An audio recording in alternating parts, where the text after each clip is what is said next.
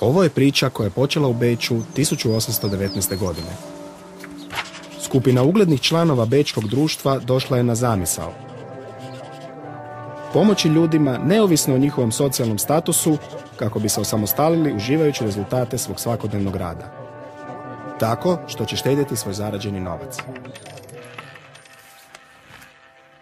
Ta je zamisao bila jednostavna, a ipak snažna.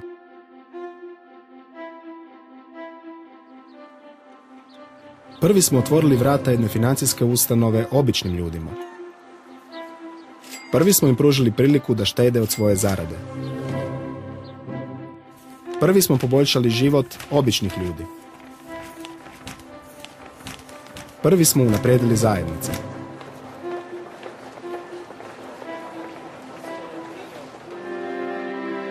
Prvi smo u srednjoj i istočnoj Europi svima, bez diskriminacije, omogućili pristup financijskom poslovanju. Erste je otvorila svoja vrata prije 190 godina i od tada ih drži otvorenima.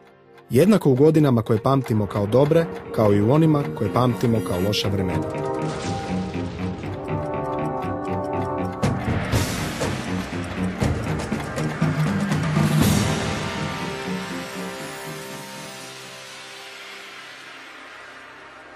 Zašto se naša zamisao pokazala tako snažno održivom?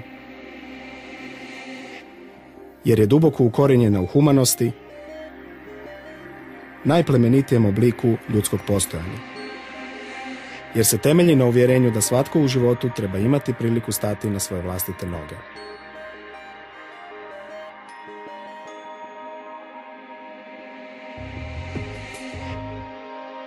Ona je ukorijenjena u shvaćanju da vodeći računa o vlastitim interesima ujedno služimo i interesima zajednice.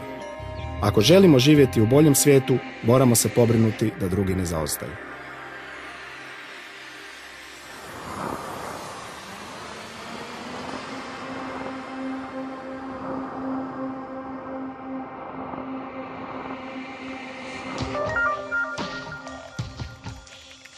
Dosljedna svojim korijenima, ova je banka, koja se danas naziva Erste Grupa, postala vodećom financijskom korporacijom u središnjoj Europi sa 16 milijuna klijenata.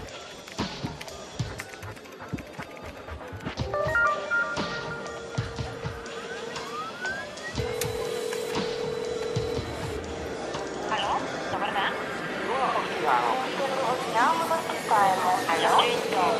Dobar dan. No vremena se neprestano mijenjaju. Danas smo suočeni s novim izazovima. Ne zna se što donosi budućnost. I mi možemo pridonijeti rješavanju tih problema.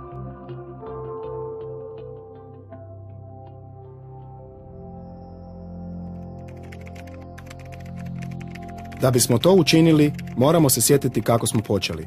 S idejom da ako omogućimo ljudima postizanje samostalnosti, stjecanje vlasništva i otvorene mogućnosti, istovremeno možemo služiti i društvu.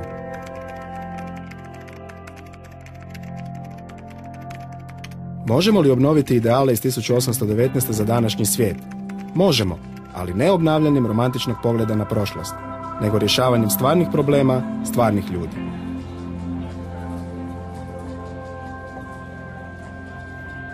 Sigurni smo, možemo i hoćemo. Ovo nije kraj naše 190-godišnje povijesti. Ovo je tek početak.